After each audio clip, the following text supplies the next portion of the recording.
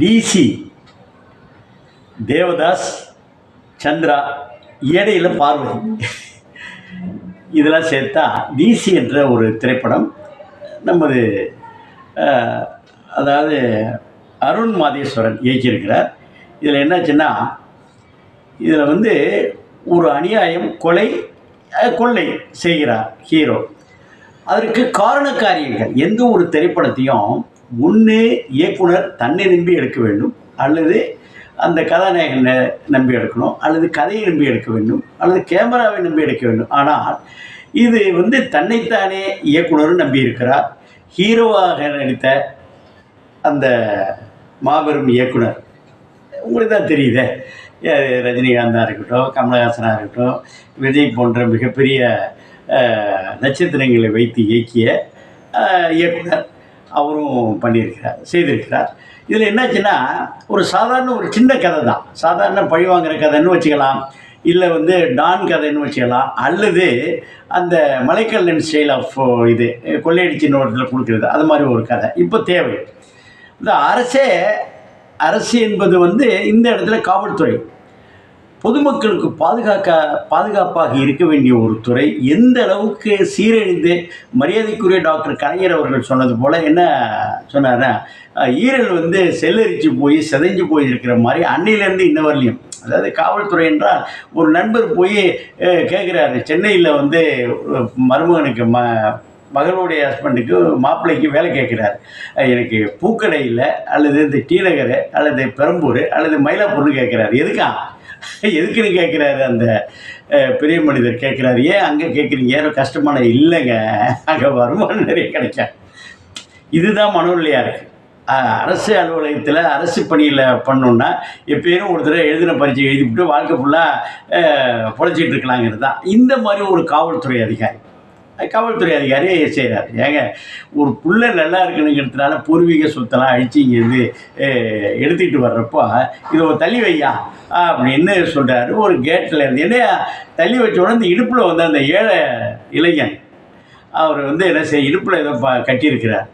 மனைவி வந்து கோச்சிட்டு போகிறாங்க, பிள்ளைய படிக்கிறதுக்காக வேண்டி பூர்வீக வைத்து பண்ணி தொலை அப்படின்னு போப்பா வர்றேன்னு சொல்லிட்டு பிள்ளைய அனுப்பிட்டு பார்த்தா இடுப்பில் வந்து அது வெளிப்படையாகவே தெரியுது.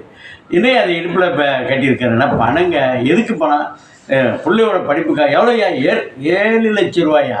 ஒரு காவல்துறை நண்பருடைய புத்தி எப்படி போகுது பாருங்க. திருடனை பிடிக்கணும், திருடனாக மாறுறாரு. அந்த பணத்தையெல்லாம் அடிச்சுட்டு கொண்டு போட்டு போயிடறானுங்க, சம்மந்தமே இல்லாமல். இதை கேள்விப்படக்கூடிய ஒரு ஹீரோ, அவருக்கு என்ன நிலை அப்படின்னா, சொத்துக்காக, அம்மாவுக்கு வர வேண்டிய சொத்துக்காக இந்த அம்மாவுடைய அண்ணன் தம்பிகள் வந்து அம்மாவையே கொண்டுடுறாங்க, மாமன்களை கொண்டுடுறாங்க. அப்பா புலம்புறாரு, ஐயோ என் பொண்டாட்டி போயிட்டாலே அப்படின்னு சொல்லி பண்ணோன்னே அப்பாவுடைய ஏக்கமும் கதறலும் தான் அவருக்கு அந்த இளைஞனுக்கு மிகப்பெரிய தாக்கத்தை ஏற்படுத்தி, அந்த இளைஞர் போய் என்ன செய்கிறார், சொந்த தாய் மாமன்களை கொண்டுட்டு வந்துடுறார். அது வெளிப்படையாக காண்பிக்கவில்லை, பின்னர் சொல்லுகிறார்கள். அது கூட முடிச்சவுக்குள்ள ஒரு ஸ்பாயிலிங் கிடையாது, என்ன படம் ரிலீஸ் ஆகிடுச்சு. இதில் ஒரு கொலை, ஒரு அடிதடி, ஒரு குத்து வெட்டும் ஜஸ்டிஃபிகேஷன் கொடுத்துருக்கிறார்கள். அதாவது அவரவர் நியாயம் அவரவர்களுக்கு தான், அது உண்மைதான். ஆனால் இங்கே நியாயத்தை நியாயமாகவே செய்திருக்கிறார்கள். அனிருத் என்ற அவர் விவேக்கு சொல்லுவார்ல, 3 கிலோ இருக்கும் மொத்தத்தில், அந்த உருவத்தை வச்சுக்கிட்டு இன்றைக்கி பெரிய வளர்ச்சின்னா எவர் பிஃபோர் நெவருங்க. ரொம்ப சங்கீதமும் அந்த இசையும் அடிப்படையில் பயின்ற ஒரு இசையமைப்பாளர் என்றால் அனிருத் தான். அடிக்கிறார் பாருங்கள்.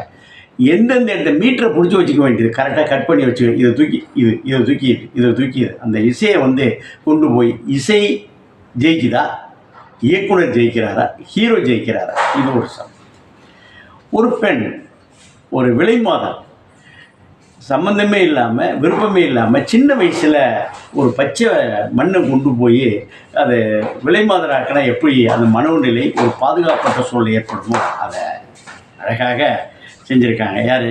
அந்த ஹீரோயின், ரெண்டு ஹீரோயின் ஒரு லெவலில் செஞ்சுருக்காங்க. சஞ்சனா, அடுத்தாப்புல வாமிகா. உடல் மொழின்னா அழகாக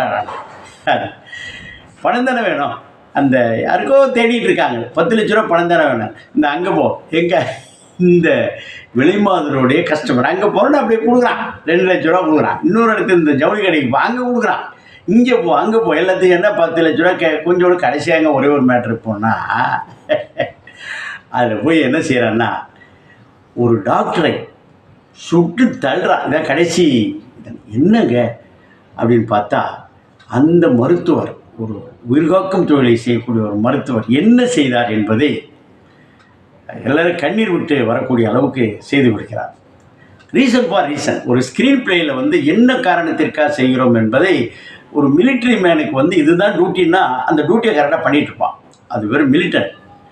எல்லாருக்கும் ஒரு ரகசியம் இருக்கும். திரைப்படத்தில் உள்ள ஹீரோ ஹீரோயின் ஒவ்வொரு கேரக்டரும் ஜஸ்டிஃபிகேஷன் கொடுத்துடணும். அதான் இது முழுமை பெற்றிருக்கிறது. இது அடல்ட் சொல்லி படம் தான். லேட்டஸ்ட்டில் இப்போ ஓடிடியில் வரப்போகுது, டிவியில் வரப்போகுது என்பது வேறு. ஆனால் குடும்பத்தோடு பார்க்க வேண்டியது, ரத்தம் உறைந்து உட்கார்ந்து பார்க்க வேண்டிய ஒரு திரைப்படங்களில் மிக முக்கியமான திரைப்படம் கஸ்தூர் ராஜா. என்ன கஸ்தூர் ராஜா என்ன அது வச்சு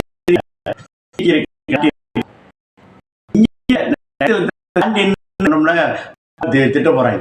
பின்னி படம் எடுத்துட்டீங்க, அனிருத்து பட்டையை கிளப்பிட்டீங்க. ஹீரோ சொல்ல வேணாம், பேரே சொல்ல வேணாம். அவர் வந்து என்ன செய்திருக்கிறார், படத்தை போய் பாருங்கள் சார். வாழ்த்துக்கள்.